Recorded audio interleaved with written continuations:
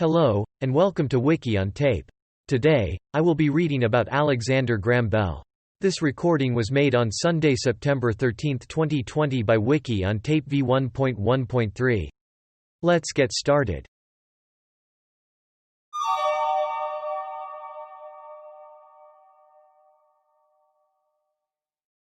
Summary. Alexander Graham Bell, March 3, 1847 to August 2, 1922, was a Scottish-born inventor, scientist, and engineer who is credited with inventing and patenting the first practical telephone. He also co-founded the American Telephone and Telegraph Company (AT&T) in 1885. Bell's father, grandfather, and brother had all been associated with work on elocution and speech, and both his mother and wife were deaf, profoundly influencing Bell's life's work. His research on hearing and speech further led him to experiment with hearing devices, which eventually culminated in Bell being awarded the first U.S. patent for the telephone, on March 7, 1876. Bell considered his invention an intrusion on his real work as a scientist and refused to have a telephone in his study. Many other inventions marked Bell's later life, including groundbreaking work in optical telecommunications, hydrofoils, and aeronautics. Although Bell was not one of the 33 founders of the National Geographic Society, he had a strong influence on the magazine while serving as the second president from January 7, 1898, until 1903. Beyond his scientific work, Bell was an advocate of compulsory sterilization and served as chairman or president of several eugenics organizations.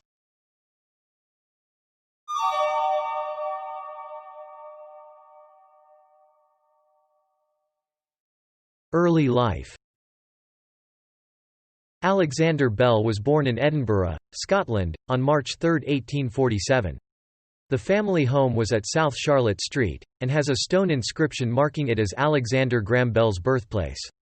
He had two brothers, Melville James Bell, 1845–1870, and Edward Charles Bell, 1848–1867, both of whom would die of tuberculosis.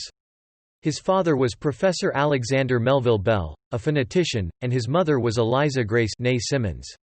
Born as just Alexander Bell, at age 10, he made a plea to his father to have a middle name like his two brothers. For his 11th birthday, his father acquiesced and allowed him to adopt the name Graham, chosen out of respect for Alexander Graham, a Canadian being treated by his father who had become a family friend. To close relatives and friends he remained Alec. First invention. As a child, young Bell displayed a curiosity about his world. He gathered botanical specimens and ran experiments at an early age. His best friend was Ben Herdman, a neighbor whose family operated a flour mill. At the age of 12, Bell built a homemade device that combined rotating paddles with sets of nail brushes, creating a simple dehusking machine that was put into operation at the mill and used steadily for a number of years. In return, Ben's father John Herdman gave both boys the run of a small workshop in which to invent. From his early years, Bell showed a sensitive nature and a talent for art, poetry, and music that was encouraged by his mother. With no formal training, he mastered the piano and became the family's pianist. Despite being normally quiet and introspective, he reveled in mimicry and voice tricks, akin to ventriloquism, that continually entertained family guests during their occasional visits. Bell was also deeply affected by his mother's gradual deafness. She began to lose her hearing when he was 12, and learned a manual finger language so he could sit at her side and tap out silently the conversation swirling around the family parlor. He also developed a technique of speaking in clear, modulated tones directly into his mother's forehead, wherein she would hear him with reasonable clarity. Bell's preoccupation with his mother's deafness led him to study acoustics. His family was long associated with the teaching of elocution. His grandfather, Alexander Bell, in London, his uncle in Dublin, and his father, in Edinburgh, were all elocutionists. His father published a variety of works on the subject, several of which are still well known, especially his The Standard Elocutionist, 1860, which appeared in Edinburgh in 1868. The Standard Elocutionist appeared in 168 British editions and sold over 250,000 copies in the United States alone. In this treatise, his father explains his methods of how to instruct deaf mutes, as they were then known, to articulate words and read other people's lip movements to decipher meaning. Bell's father taught him and his brothers not only to write visible speech but to identify any symbol and its accompanying sound. Bell became so proficient that he became a part of his father's public demonstrations and astounded audiences with his abilities. He could decipher visible speech representing virtually every language, including Latin, Scottish Gaelic, and even Sanskrit, accurately reciting written tracts without any prior knowledge of their pronunciation.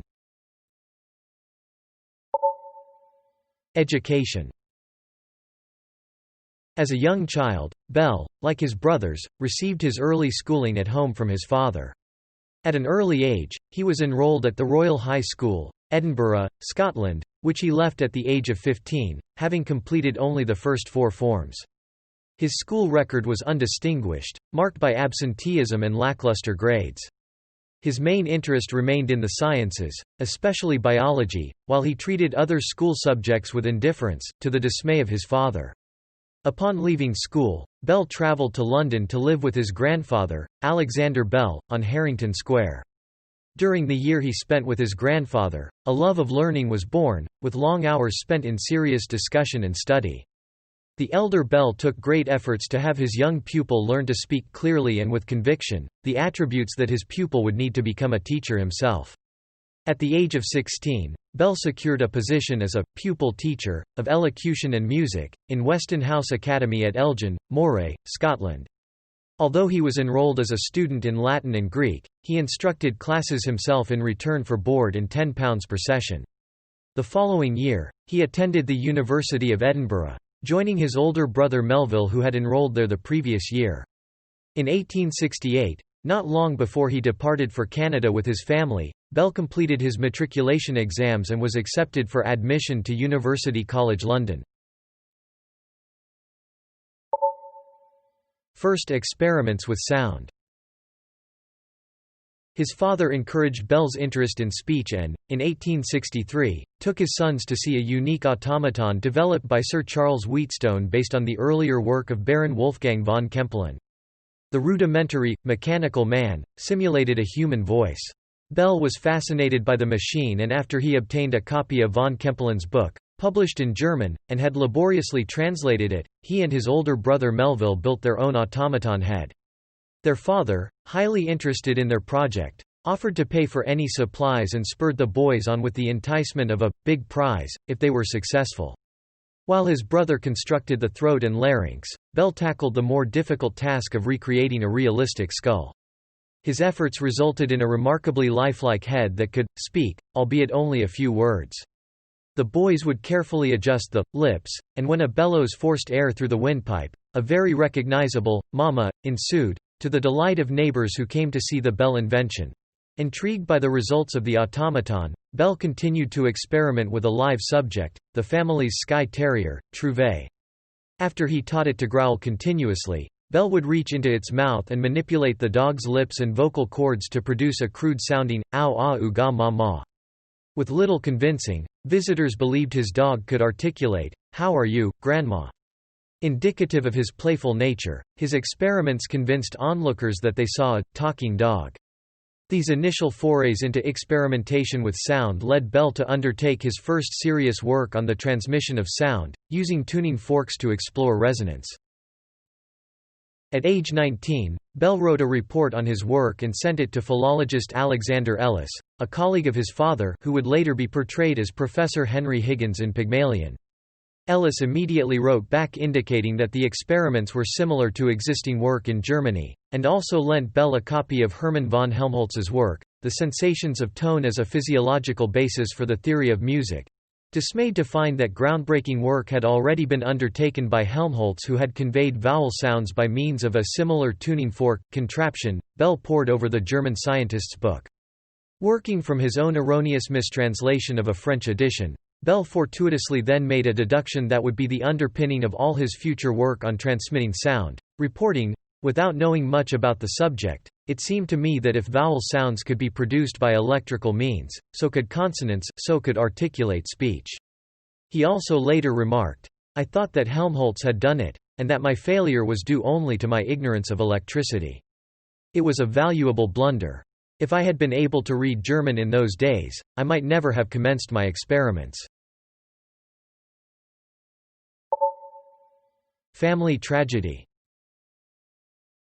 In 1865, when the Bell family moved to London, Bell returned to Weston House as an assistant master and, in his spare hours, continued experiments on sound using a minimum of laboratory equipment. Bell concentrated on experimenting with electricity to convey sound and later installed a telegraph wire from his room in Somerset College to that of a friend. Throughout late 1867, his health faltered mainly through exhaustion. His younger brother, Edward, Ted, was similarly bedridden, suffering from tuberculosis. While Bell recovered, by then referring to himself in correspondence as A.G. Bell, and served the next year as an instructor at Somerset College, Bath, England, his brother's condition deteriorated. Edward would never recover. Upon his brother's death, Bell returned home in 1867. His older brother Melville had married and moved out. With aspirations to obtain a degree at University College London, Bell considered his next years as preparation for the degree examinations, devoting his spare time at his family's residence to studying. Helping his father in visible speech demonstrations and lectures brought Bell to Susanna E. Hull's private school for the deaf in South Kensington, London. His first two pupils were deaf-mute girls who made remarkable progress under his tutelage. While his older brother seemed to achieve success on many fronts, including opening his own elocution school, applying for a patent on an invention, and starting a family, Bell continued as a teacher. However, in May 1870, Melville died from complications due to tuberculosis, causing a family crisis. His father had also suffered a debilitating illness earlier in life and had been restored to health by a convalescence in Newfoundland. Bell's parents embarked upon a long-planned move when they realized that their remaining son was also sickly.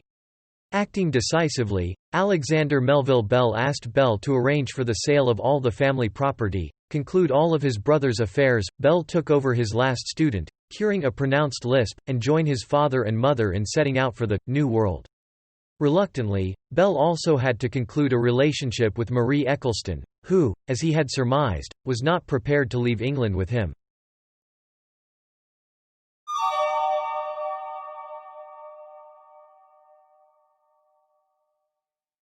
Canada. In 1870, 23-year-old Bell travelled with his parents and his brother's widow, Caroline Margaret Ottaway, to Paris, Ontario, to stay with Thomas Henderson, a Baptist minister and family friend. The Bell family soon purchased a farm of 10.5 acres, 42,000 square metres, at Totello Heights, now called Totella Heights, near Brantford, Ontario. The property consisted of an orchard, large farmhouse, stable, pigsty, hen house, and a carriage house, which bordered the Grand River. At the homestead, Bell set up his own workshop in the converted carriage house near to what he called his dreaming place, a large hollow nestled in trees at the back of the property above the river. Despite his frail condition upon arriving in Canada, Bell found the climate and environs to his liking, and rapidly improved. He continued his interest in the study of the human voice, and when he discovered the Six Nations Reserve across the river at Onondaga, he learned the Mohawk language and translated its unwritten vocabulary into visible speech symbols. For his work, Bell was awarded the title of Honorary Chief and participated in a ceremony where he donned a Mohawk headdress and danced traditional dances. After setting up his workshop, Bell continued experiments based on Helmholtz's work with electricity and sound. He also modified a melodeon, a type of pump organ, so that it could transmit its music electrically over a distance. Once the family was settled in, both Bell and his father made plans to establish a teaching practice, and in 1871, he accompanied his father to Montreal, where Melville was offered a position to teach his system of visible speech.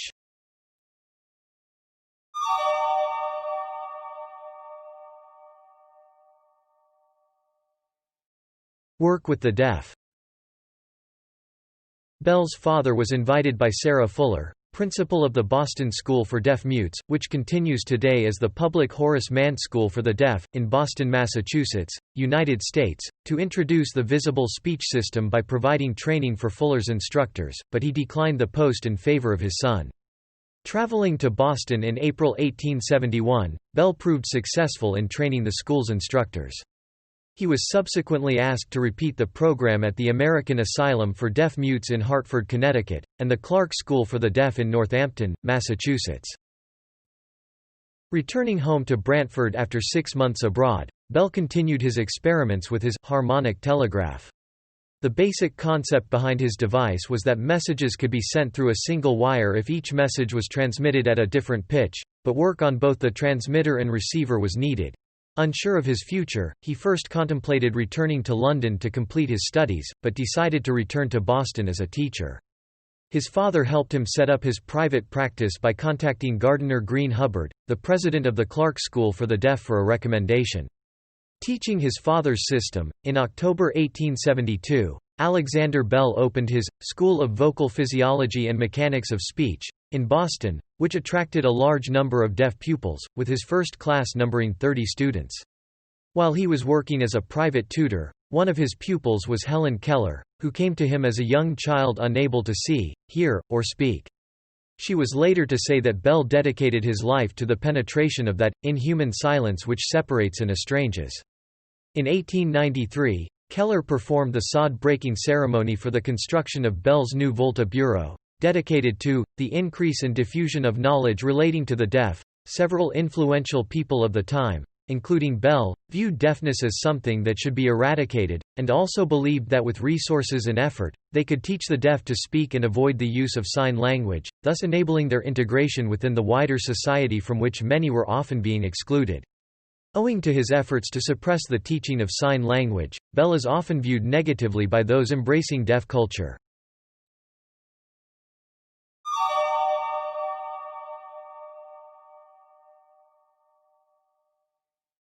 Continuing experimentation. In 1872, Bell became professor of vocal physiology and elocution at the Boston University School of Oratory. During this period, he alternated between Boston and Brantford, spending summers in his Canadian home. At Boston University, Bell was swept up by the excitement engendered by the many scientists and inventors residing in the city. He continued his research in sound and endeavored to find a way to transmit musical notes and articulate speech, but although absorbed by his experiments, he found it difficult to devote enough time to experimentation. While days and evenings were occupied by his teaching and private classes, Bell began to stay awake late into the night, running experiment after experiment in rented facilities at his boarding house. Keeping night owl hours, he worried that his work would be discovered and took great pains to lock up his notebooks and laboratory equipment. Bell had a specially made table where he could place his notes and equipment inside a locking cover. Worse still, his health deteriorated as he suffered severe headaches. Returning to Boston in fall 1873, Bell made a fateful decision to concentrate on his experiments in sound. Deciding to give up his lucrative private Boston practice, Bell retained only 2 students, 6-year-old, Georgie Sanders, deaf from birth, and 15-year-old Mabel Hubbard. Each pupil would play an important role in the next developments. George's father, Thomas Sanders, a wealthy businessman, offered Bell a place to stay in nearby Salem with Georgie's grandmother, complete with a room to experiment.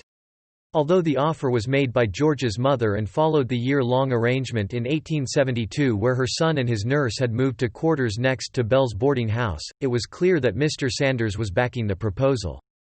The arrangement was for teacher and student to continue their work together, with free room and board thrown in. Mabel was a bright, attractive girl who was 10 years Bell's junior but became the object of his affection. Having lost her hearing after a near-fatal bout of scarlet fever close to her 5th birthday, she had learned to read lips, but her father, Gardiner Green Hubbard, Bell's benefactor and personal friend, wanted her to work directly with her teacher.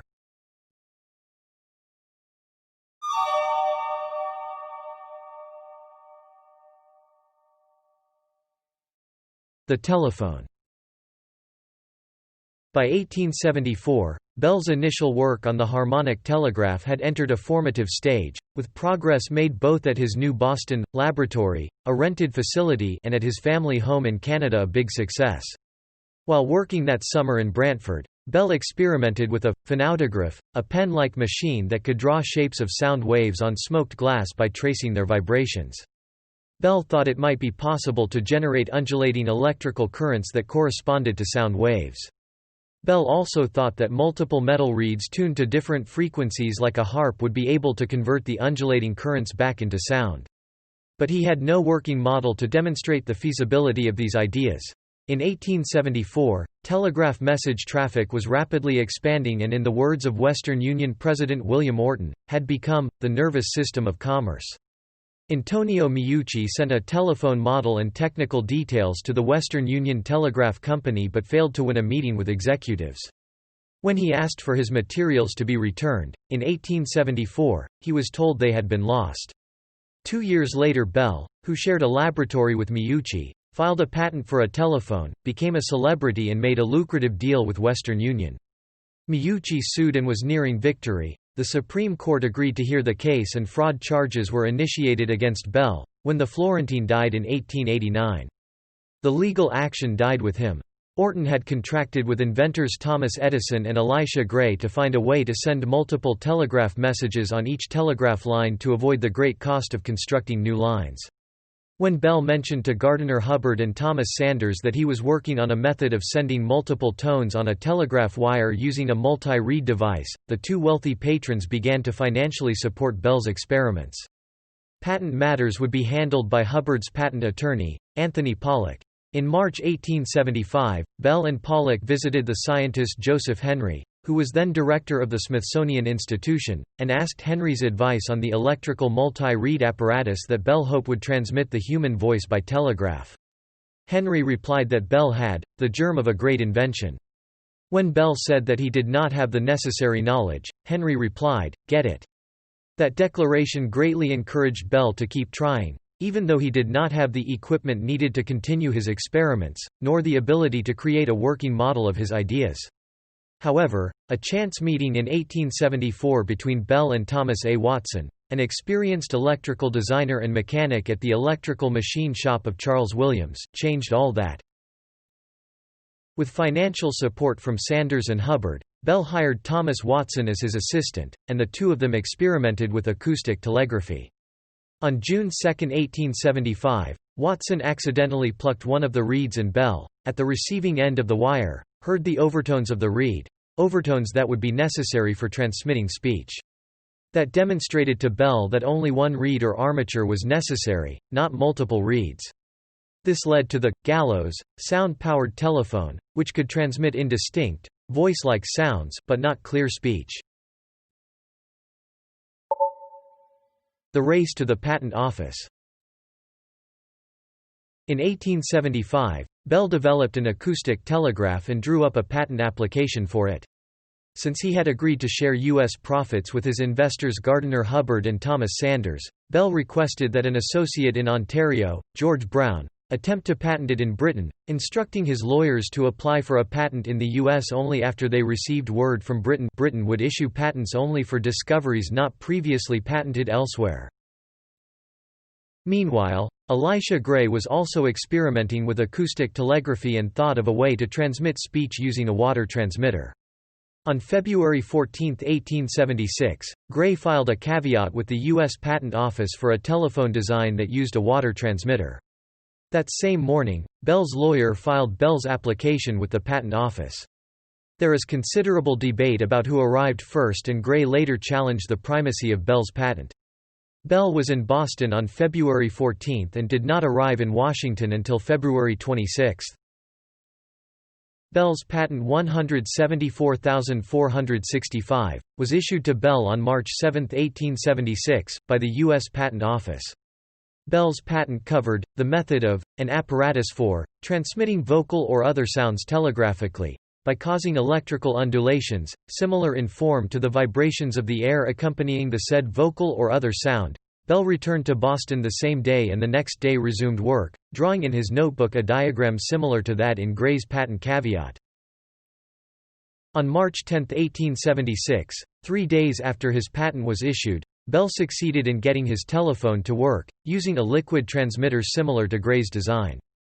Vibration of the diaphragm caused a needle to vibrate in the water, varying the electrical resistance in the circuit. When Bell spoke the sentence, "Mr. Watson, come here. I want to see you," into the liquid transmitter, Watson, listening at the receiving end in an adjoining room, heard the words clearly.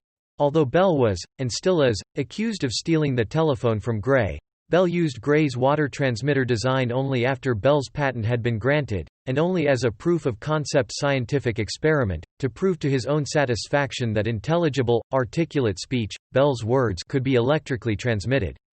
After March 1876, Bell focused on improving the electromagnetic telephone and never used Gray's liquid transmitter in public demonstrations or commercial use.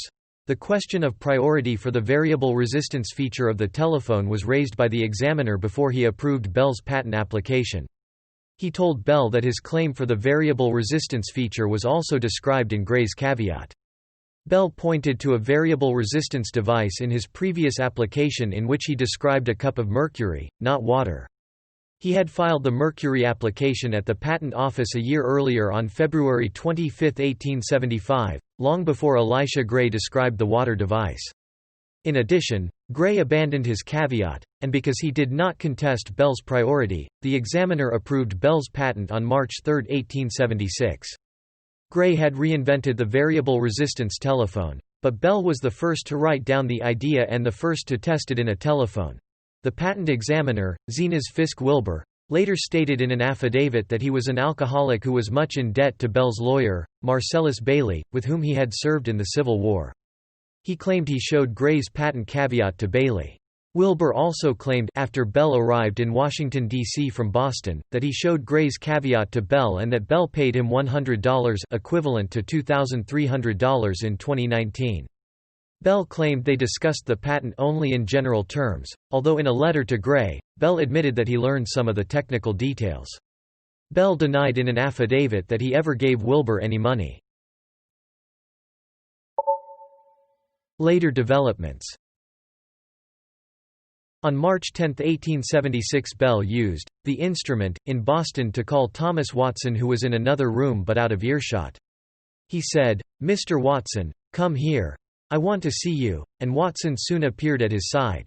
Continuing his experiments in Brantford, Bell brought home a working model of his telephone.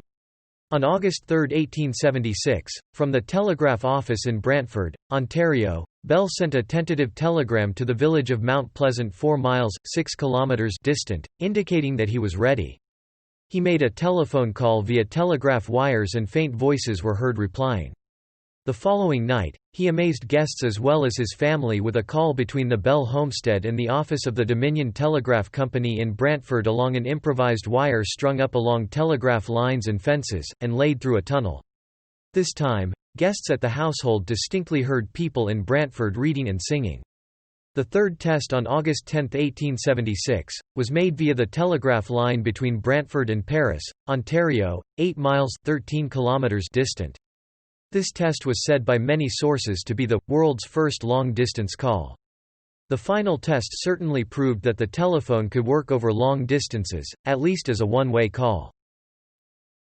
The first two-way reciprocal conversation over a line occurred between Cambridge and Boston, roughly 2.5 miles, on October 9, 1876.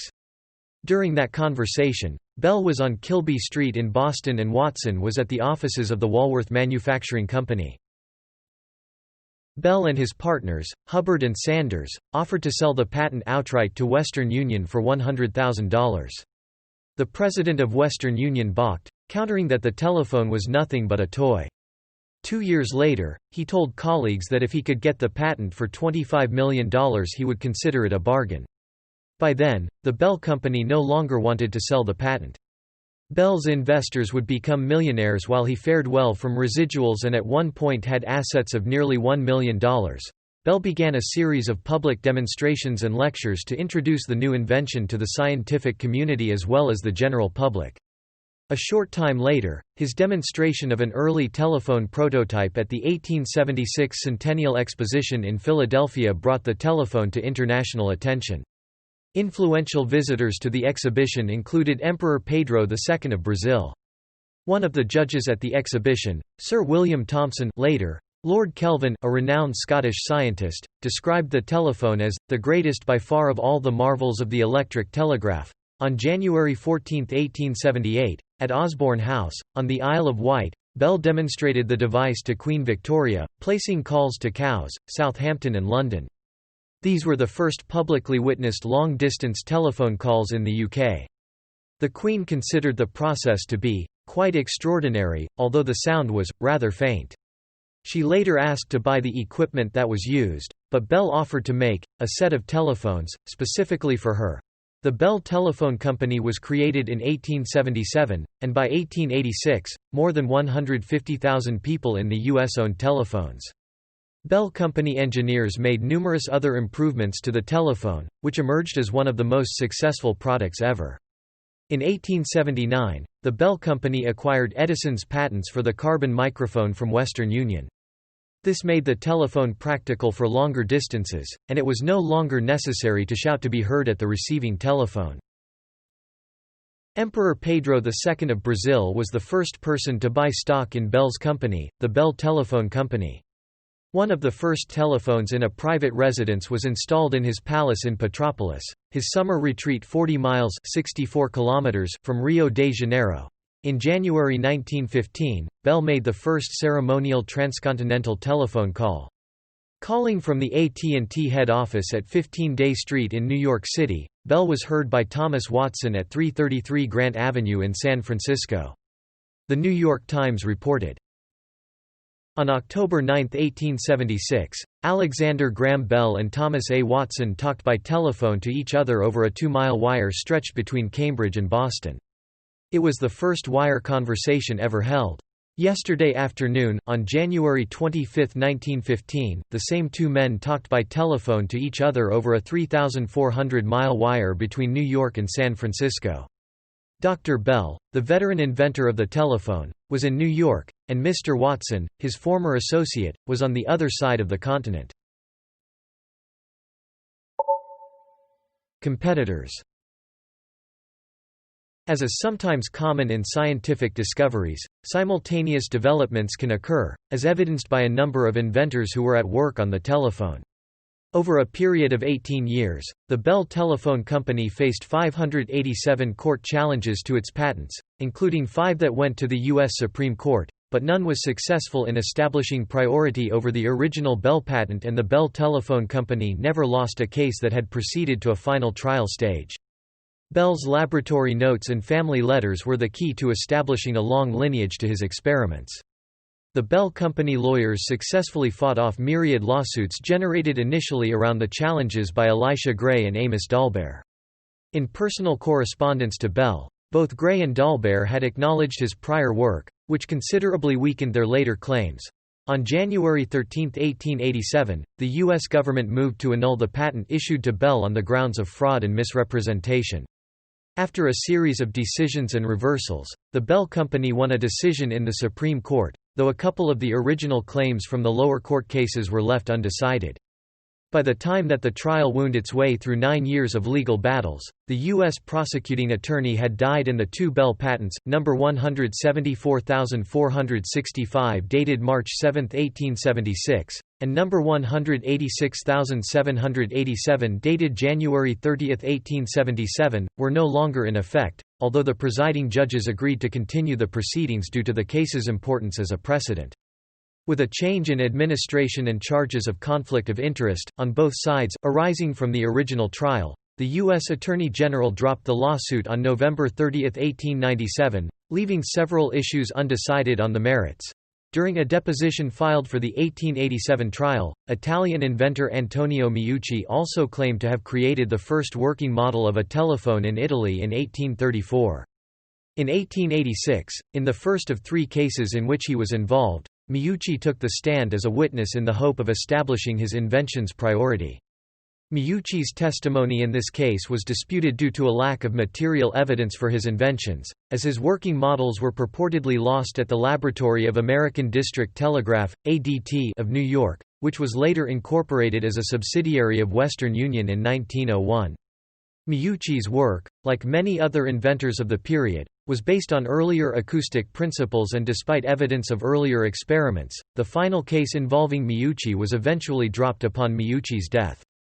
However, due to the efforts of Congressman Vito Fossella, the U.S. House of Representatives on June 11, 2002, stated that Meucci's work in the invention of the telephone should be acknowledged.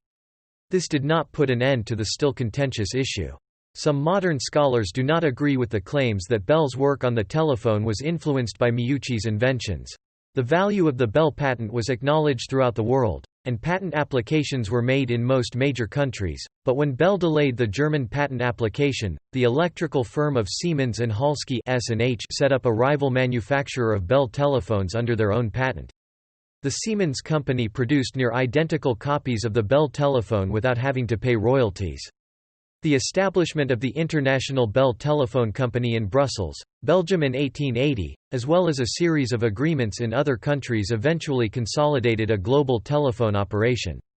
The strain put on Bell by his constant appearances in court, necessitated by the legal battles, eventually resulted in his resignation from the company.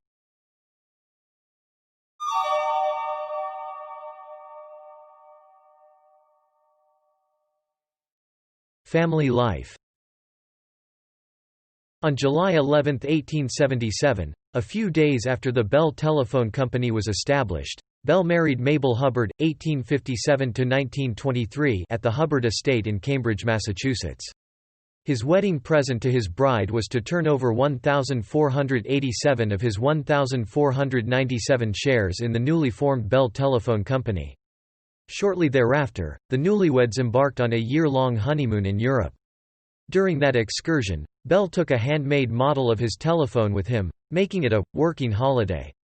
The courtship had begun years earlier. However, Bell waited until he was more financially secure before marrying. Although the telephone appeared to be an instant success, it was not initially a profitable venture, and Bell's main sources of income were from lectures until after 1897. One unusual request exacted by his fiancée was that he use Alec, rather than the family's earlier familiar name of Alec. From 1876, he would sign his name, Alec Bell. They had 4 children.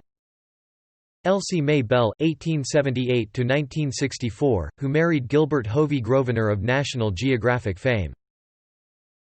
Marion Hubbard Bell (1880–1962), who was referred to as Daisy. Married David Fairchild. 2 sons who died in infancy, Edward in 1881 and Robert in 1883. The Bell family home was in Cambridge, Massachusetts, until 1880 when Bell's father-in-law bought a house in Washington, D.C. In 1882 he bought a home in the same city for Bell's family, so they could be with him while he attended to the numerous court cases involving patent disputes. Bell was a British subject throughout his early life in Scotland and later in Canada until 1882 when he became a naturalized citizen of the United States. In 1915, he characterized his status as, "I am not one of those hyphenated Americans who claim allegiance to 2 countries." Despite this declaration, Bell has been proudly claimed as a native son by all 3 countries he resided in, the United States, Canada, and the United Kingdom. By 1885, a new summer retreat was contemplated. That summer, the Bells had a vacation on Cape Breton Island in Nova Scotia, spending time at the small village of Baddeck. Returning in 1886, Bell started building an estate on a point across from Baddeck, overlooking Bras d'Or Lake. By 1889, a large house, christened the Lodge, was completed, and 2 years later, a larger complex of buildings, including a new laboratory, were begun that the Bells would name Bean Bra, Gaelic, Beautiful Mountain, after Bell's ancestral Scottish Highlands. Bell also built the Bell Boatyard on the estate, employing up to 40 people building experimental craft as well as wartime lifeboats and workboats for the Royal Canadian Navy and pleasure craft for the Bell family. He was an enthusiastic boater, and Bell and his family sailed or rowed a long series of vessels on Bras d'Or Lake, ordering additional vessels from the H.W. Embry and Sons Boatyard in Port Hawkesbury, Nova Scotia.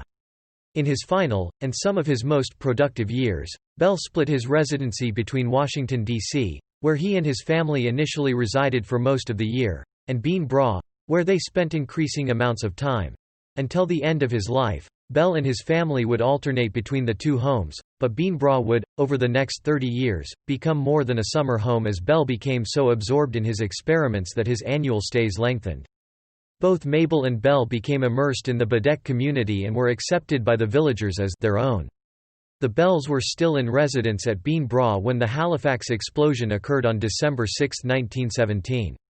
Mabel and Bell mobilized the community to help victims in Halifax.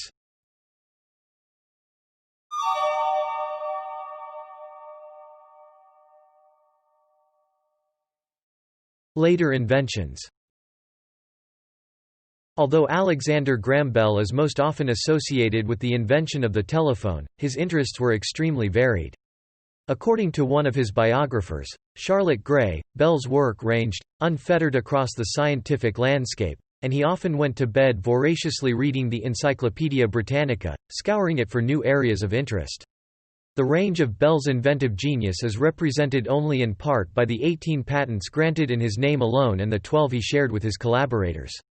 These included 14 for the telephone and telegraph, 4 for the photophone, 1 for the phonograph, 5 for aerial vehicles, 4 for hydro airplanes, and 2 for selenium cells. Bell's inventions spanned a wide range of interests and included a metal jacket to assist in breathing, the audiometer to detect minor hearing problems, a device to locate icebergs, investigations on how to separate salt from seawater, and work on finding alternative fuels. Bell worked extensively in medical research and invented techniques for teaching speech to the deaf. During his Volta laboratory period, Bell and his associates considered impressing a magnetic field on a record as a means of reproducing sound. Although the trio briefly experimented with the concept, they could not develop a workable prototype. They abandoned the idea, never realizing they had glimpsed a basic principle which would one day find its application in the tape recorder, the hard disk and floppy disk drive, and other magnetic media. Bell's own home used a primitive form of air conditioning, in which fans blew currents of air across great blocks of ice. He also anticipated modern concerns with fuel shortages and industrial pollution. Methane gas, he reasoned, could be produced from the waste of farms and factories. At his Canadian estate in Nova Scotia, he experimented with composting toilets and devices to capture water from the atmosphere. In a magazine interview published shortly before his death, he reflected on the possibility of using solar panels to heat houses. Photophone. Bell and his assistant Charles Sumner Tainter jointly invented a wireless telephone, named a photophone, which allowed for the transmission of both sounds and normal human conversations on a beam of light. Both men later became full associates in the Volta Laboratory Association. On June 21, 1880, Bell's assistant transmitted a wireless voice telephone message a considerable distance, from the roof of the Franklin School in Washington, D.C., to Bell at the window of his laboratory, some 700 feet (213 meters) away. 19 years before the first voice radio transmissions, Bell believed the photophone's principles were his life's greatest achievement, telling a reporter shortly before his death that the photophone was the greatest invention I have ever made, greater than the telephone. The photophone was a precursor to the fiber optic communication systems which achieved popular worldwide usage in the 1980s. Its master patent was issued in December 1880, many decades before the photophone's principles came into popular use. Metal detector. Bell is also credited with developing one of the early versions of a metal detector through the use of an induction balance, after the shooting of U.S. President James A. Garfield in 1881. According to some accounts, the metal detector worked flawlessly in tests but did not find Guiteau's bullet, partly because the metal bed frame on which the president was lying disturbed the instrument, resulting in static. Garfield's surgeons, led by self-appointed chief physician Dr. Willard Bliss, were skeptical of the device, and ignored Bell's requests to move the president to a bed not fitted with metal springs.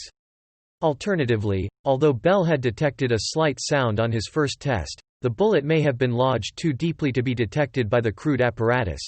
Bell's own detailed account, presented to the American Association for the Advancement of Science in 1882, differs in several particulars from most of the many and varied versions now in circulation, by concluding that extraneous metal was not to blame for failure to locate the bullet. Perplexed by the peculiar results he had obtained during an examination of Garfield, Bell proceeded to the Executive Mansion the next morning, to ascertain from the surgeons whether they were perfectly sure that all metal had been removed from the neighborhood of the bed. It was then recollected that underneath the horsehair mattress on which the president lay was another mattress composed of steel wires. Upon obtaining a duplicate, the mattress was found to consist of a sort of net of woven steel wires, with large meshes. The extent of the area that produced a response from the detector, having been so small, as compared with the area of the bed, it seemed reasonable to conclude that the steel mattress had produced no detrimental effect. In a footnote, Bell adds, "The death of President Garfield and the subsequent post-mortem examination, however, proved that the bullet was at too great a distance from the surface to have affected our apparatus." Hydrofoils. The March 1906 Scientific American article by American pioneer William E. Meacham explained the basic principle of hydrofoils and hydroplanes. Bell considered the invention of the hydroplane as a very significant achievement. Based on information gained from that article, he began to sketch concepts of what is now called a hydrofoil boat. Bell and assistant Frederick W. Casey Baldwin began hydrofoil experimentation in the summer of 1908 as a possible aid to airplane takeoff from water. Baldwin studied the work of the Italian inventor Enrico Forlanini and began testing models. This led him and Bell to the development of practical hydrofoil watercraft. During his world tour of 1910–11, Bell and Baldwin met with Forlanini in France. They had rides in the Forlanini hydrofoil boat over Lake Maggiore. Baldwin described it as being as smooth as flying. On returning to Baedeck, a number of initial concepts were built as experimental models, including the Donna's Beag, Scottish Gaelic for Little Devil, the first self-propelled Bell-Baldwin hydrofoil. The experimental boats were essentially proof of concept prototypes that culminated in the more substantial HD4, powered by Renault engines. A top speed of 54 miles per hour, 87 kilometers per hour, was achieved, with the hydrofoil exhibiting rapid acceleration, good stability, and steering, along with the ability to take waves without difficulty. In 1913, Dr. Bell hired Walter Pinod, a Sydney yacht designer and builder as well as the proprietor of Pinod's Yacht Yard in Westmount, Nova Scotia, to work on the pontoons of the HD4.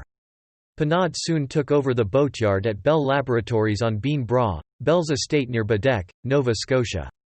Pinod's experience in boat building enabled him to make useful design changes to the HD4. After the First World War, work began again on the HD4.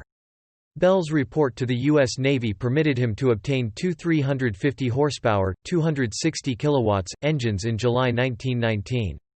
On September 9, 1919, the HD4 set a world marine speed record of 70.86 miles per hour, 114.04 kilometers per hour, a record which stood for 10 years. Aeronautics. In 1891, Bell had begun experiments to develop motor-powered heavier-than-air aircraft. The AEA was first formed as Bell shared the vision to fly with his wife, who advised him to seek help as Bell was at the age of 60. In 1898, Bell experimented with tetrahedral box kites and wings constructed of multiple compound tetrahedral kites covered in maroon silk. The tetrahedral wings were named Cygnet I, II, and III, and were flown both unmanned and manned. Cygnet I crashed during a flight carrying Selfridge in the period from 1907 to 1912. Some of Bell's kites are on display at the Alexander Graham Bell National Historic Site. Bell was a supporter of aerospace engineering research through the Aerial Experiment Association, AEA, officially formed at Baedeck, Nova Scotia, in October 1907 at the suggestion of his wife Mabel and with her financial support after the sale of some of her real estate. The AEA was headed by Bell and the founding members were four young men: American Glenn H. Curtis, a motorcycle manufacturer at the time and who held the title, World's Fastest Man, having ridden his self-constructed motor bicycle around in the shortest time, and who was later awarded the Scientific American Trophy for the first official 1-kilometer flight in the Western Hemisphere, and who later became a world-renowned airplane manufacturer. Lieutenant Thomas Selfridge, an official observer from the U.S. federal government and one of the few people in the Army who believed that aviation was the future. Frederick W. Baldwin, the first Canadian and first British subject to pilot a public flight in Hammondsport, New York, and J. A. D. McCurdy. Baldwin and McCurdy being new engineering graduates from the University of Toronto. The AEA's work progressed to heavier-than-air machines, applying their knowledge of kites to gliders. Moving to Hammondsport, the group then designed and built the Red Wing, framed in bamboo and covered in red silk and powered by a small air-cooled engine. On March 12, 1908, over Kuka Lake, the biplane lifted off on the first public flight in North America. The innovations that were incorporated into this design included a cockpit enclosure and tail rudder. Later variations on the original design would add ailerons as a means of control. One of the AEA's inventions, a practical wingtip form of the aileron, was to become a standard component on all aircraft. The White Wing and June Bug were to follow, and by the end of 1908, over 150 flights without mishap had been accomplished. However, the AEA had depleted its initial reserves and only a $15,000 grant from Mrs. Bell allowed it to continue with experiments. Lieutenant Selfridge had also become the first person killed in a powered heavier-than-air flight in a crash of the Wright Flyer at Fort Myer, Virginia, on September 17, 1908. Their final aircraft design, the Silver Dart, embodied all of the advancements found in the earlier machines. On February 23, 1909, Bell was present as the Silver Dart, flown by J.A.D. McCurdy from the frozen ice of Bras d'Or, made the first aircraft flight in Canada. Bell had worried that the flight was too dangerous and had arranged for a doctor to be on hand. With the successful flight, the AEA disbanded and the Silver Dart would revert to Baldwin and McCurdy, who began the Canadian Aerodrome Company and would later demonstrate the aircraft to the Canadian Army.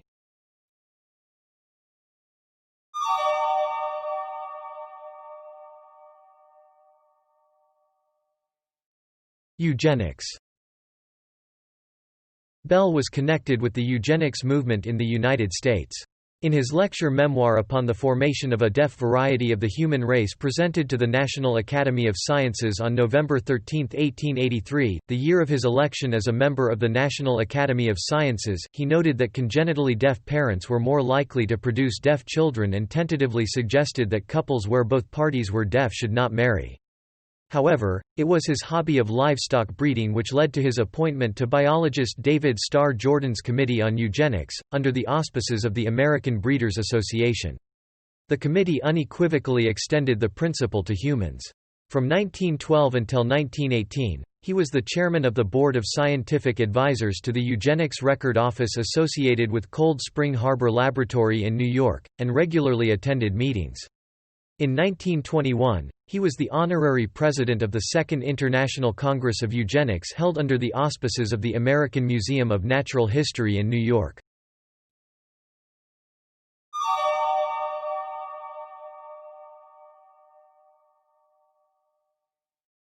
Legacy and honors. Honors and tributes flowed to Bell in increasing numbers as his invention became ubiquitous and his personal fame grew.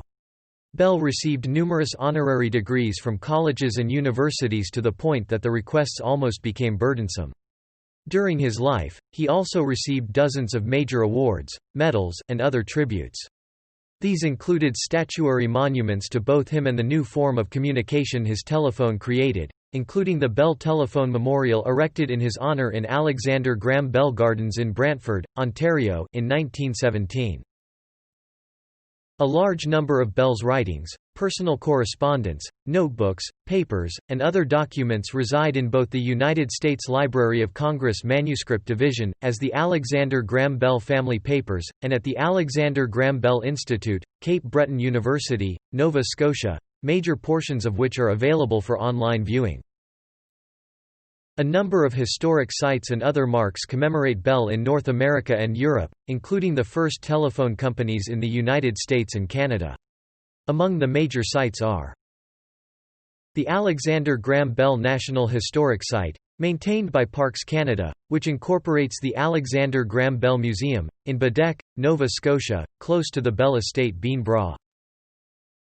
The Bell Homestead National Historic Site includes the Bell family home, Melville House, and farm overlooking Brantford, Ontario and the Grand River.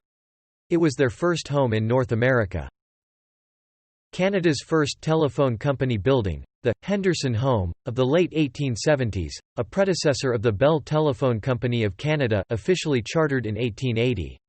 In 1969, the building was carefully moved to the historic Bell Homestead National Historic Site in Brantford, Ontario, and was refurbished to become a telephone museum. The Bell Homestead, the Henderson Home Telephone Museum, and the National Historic Sites Reception Center are all maintained by the Bell Homestead Society. The Alexander Graham Bell Memorial Park, which features a broad neoclassical monument built in 1917 by public subscription. The monument depicts mankind's ability to span the globe through telecommunications. The Alexander Graham Bell Museum, opened in 1956, part of the Alexander Graham Bell National Historic Site, which was completed in 1978 in Baddeck, Nova Scotia. Many of the museum's artifacts were donated by Bell's daughters. In 1880, Bell received the Volta Prize with a purse of 50,000 French francs, approximately $270,000 United States dollars in today's dollars, for the invention of the telephone from the French government. Among the luminaries who judged were Victor Hugo and Alexandre Dumas, Fils. The Volta Prize was conceived by Napoleon III in 1852, and named in honor of Alessandro Volta, with Bell becoming the second recipient of the grand prize in its history. Since Bell was becoming increasingly affluent, he used his prize money to create endowment funds, the Volta Fund, and institutions in and around the United States capital of Washington, D.C. These included the prestigious Volta Laboratory Association, 1880, also known as the Volta Laboratory and as the Alexander Graham Bell Laboratory, and which eventually led to the Volta Bureau, 1887, as a center for studies on deafness, which is still in operation in Georgetown, Washington, D.C. The Volta Laboratory became an experimental facility devoted to scientific discovery, and the very next year it improved Edison's phonograph by substituting wax for tinfoil as the recording medium and incising the recording rather than indenting it, key upgrades that Edison himself later adopted. The laboratory was also the site where he and his associate invented his proudest achievement, the photophone, the optical telephone, which presaged fiber optical telecommunications, while the Volta Bureau would later evolve into the Alexander Graham Bell Association for the Deaf and Hard of Hearing, the AG Bell, a leading center for the research and pedagogy of deafness. In partnership with Gardiner Green Hubbard, Bell helped establish the publication Science during the early 1880s.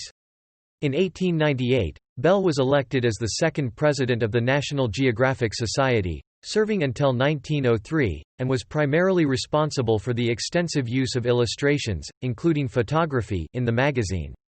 He also served for many years as a regent of the Smithsonian Institution, 1898–1922. The French government conferred on him the decoration of the Légion d'honneur, Legion of Honor. The Royal Society of Arts in London awarded him the Albert Medal in 1902. The University of Würzburg, Bavaria, granted him a Ph.D., and he was awarded the Franklin Institute's Elliott Cresson Medal in 1912. He was one of the founders of the American Institute of Electrical Engineers in 1884 and served as its president from 1891 to 92.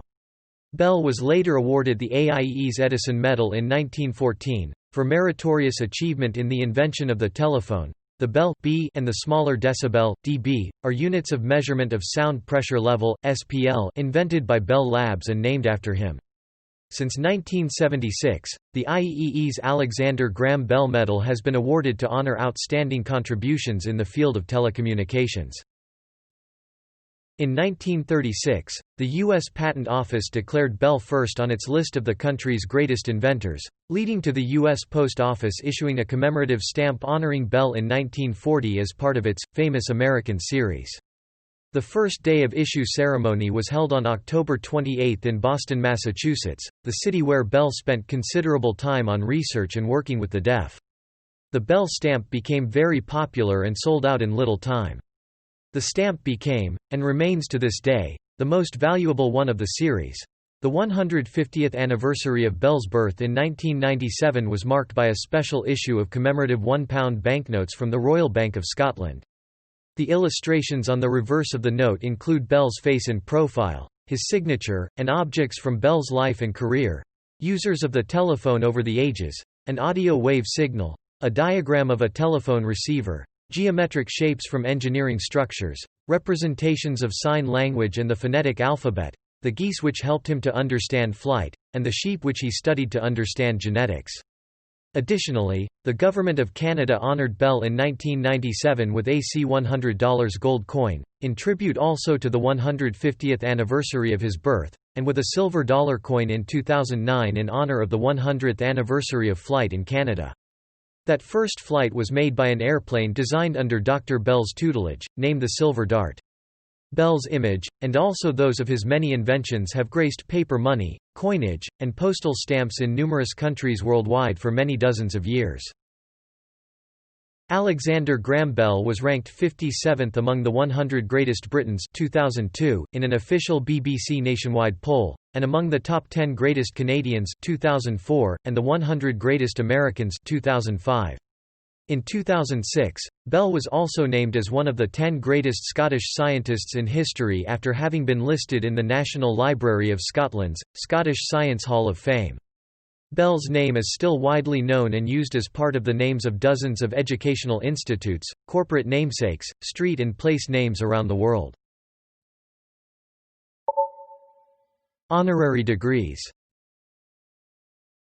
Alexander Graham Bell, who could not complete the university program of his youth, received at least a dozen honorary degrees from academic institutions, including 8 honorary LL.Ds, Doctorate of Laws, 2 PhDs, a DSc, and an MD. Gallaudet College, then named National Deaf-Mute College, in Washington, D.C., Ph.D. in 1880. University of Würzburg in Würzburg, Bavaria, Ph.D. in 1882. Heidelberg University in Heidelberg, Germany, MD in 1886. Harvard University in Cambridge, Massachusetts, LL.D. in 1896.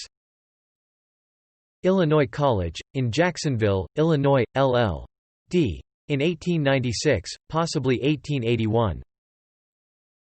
Amherst College in Amherst, Massachusetts, LL.D. in 1901.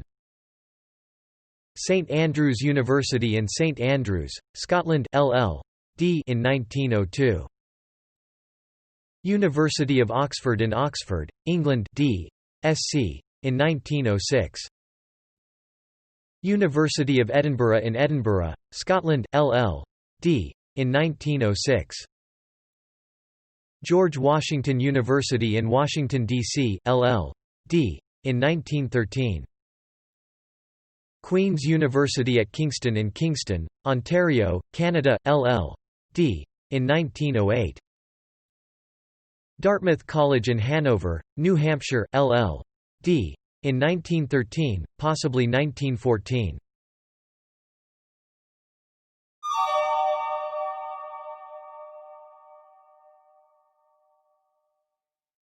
Portrayal in film and television. The 1939 film The Story of Alexander Graham Bell was based on his life and works. The 1992 film The Sound and the Silence was a TV film. Biography aired an episode Alexander Graham Bell, Voice of Invention on August 6, 1996. Eyewitness No. 90 A Great Inventor is Remembered, a 1957 NFB short about Bell.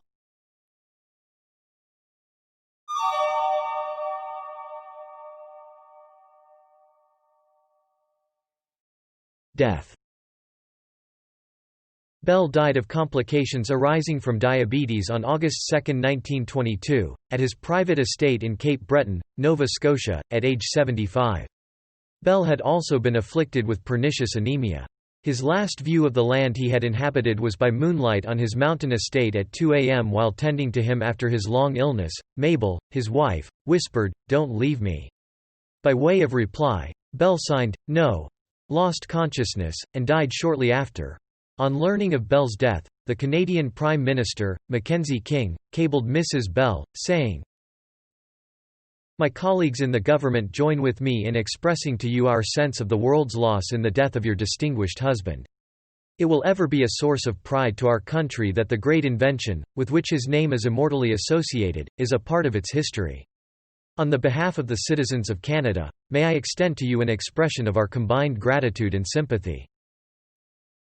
Bell's coffin was constructed of bean bra pine by his laboratory staff, lined with the same red silk fabric used in his tetrahedral kite experiments.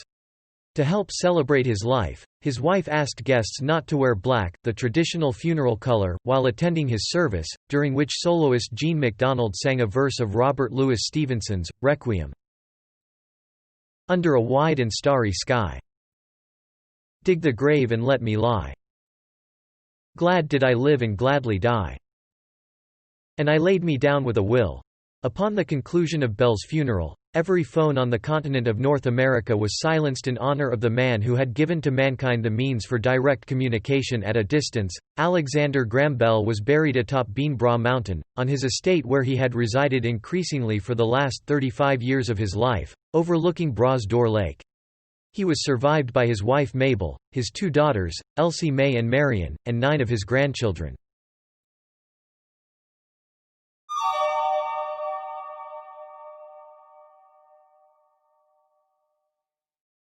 External links: Alexander Graham Bell Institute at Cape Breton University. Bell Telephone Memorial, Brantford, Ontario. Bell Homestead National Historic Site, Brantford, Ontario.